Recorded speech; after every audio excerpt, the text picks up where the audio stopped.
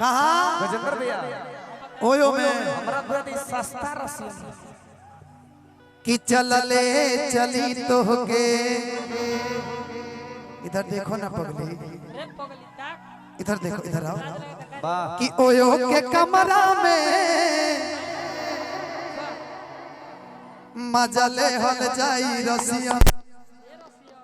सुनाए के चदरा फिल्म हीरोइन से न कम लागतारू बूढ़ावा जवान के पसंद लागतारू कि केहू कहे बम केहू कहे आइटम तू रसियन लागतारू आई देखी तो धन बड़ुए रसियन दीपक भैया के छोट भाई बने ना दीपक भैया के छोट भाई हमने के बड़ भैया के तरफ से आशीर्वाद बा दिल से अभिनंदन बा खुशी जी के संगे गाना हो जानत नहीं कौन कि चश्मा लगा के है ने सम लागतार कि साउथ वाला हीरो से न कम लागतार कि तोहर के दिल हम देहबे करे जा तू तो बम लागतार कृपया जो लाइन पे है एक बार पर्चे करवा दीजिए अच्छा बना रहे वीडियो आप तनी तू बैठ जा 2 मिनट खाती तारा के ले तरनी पर्चे के टिंकू भैया एक बार कॉल कर दीजिएगा कि ये हीरा है इलू मायरिया कि हमारो दुबरिया गइलू भू गुरु हमनी के उपेंद्र पांडे बाबा जी विनोद भैया गजेंद्र शर्मा भैया जी कर हम बहुत बड़ा फैन बानी हम चाह विनोद भैया से किरुआ तनी हमरा लगे जे खाली 1 मिनट खाती जब हमरा लगे रुपया पैसा ना रहे जब हम कुछ ना रहे ना तो भैया के यहाँ करके हम ए जमाने लागत कि 2-2 साल 3-3 साल आके कंटिन्यू रहल बानी विनोद बिहारी भैया के जब अपने स्टूडियो बा सूरज एंटरटेनमेंट के नाम से एक खाली जोरदार ताली बजा दी भैया खातिर थैंक यू ये सम्मान ये जो हमें मिला इसके लिए बड़े भैया को दिल से लव यू एगो कुर्सी दे दी है जो बैठाई है ना एक कुर्सी 2 कुर्सी का और व्यवस्था कर दीजिए कि भोरे भोरे जाई के तू भोगवा लगावलू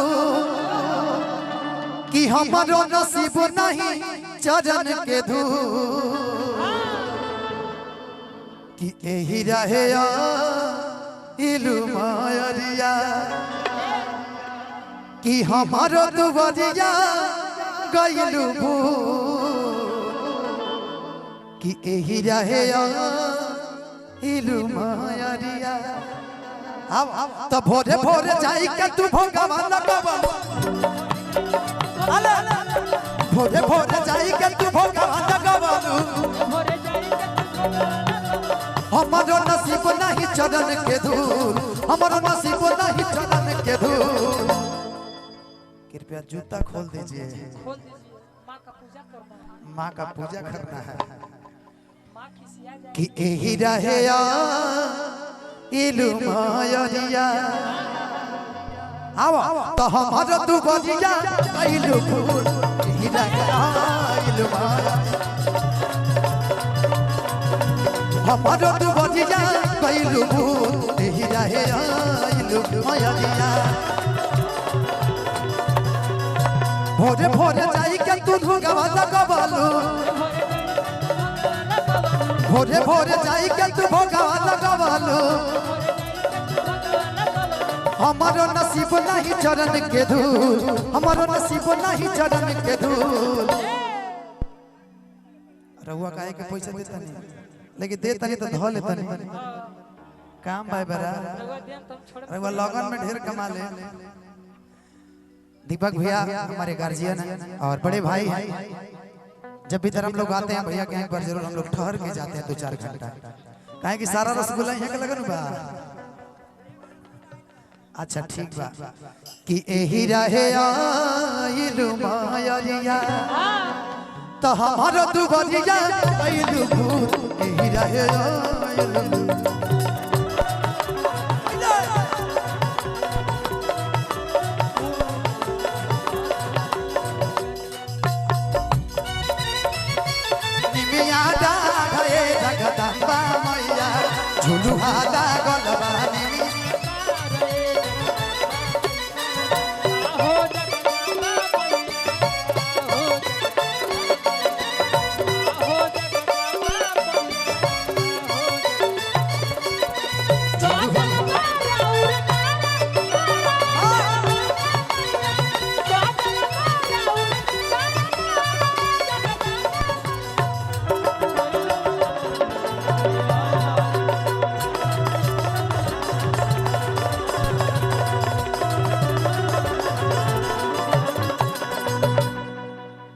गीत के लास्ट लाइन भजन के टाइम माना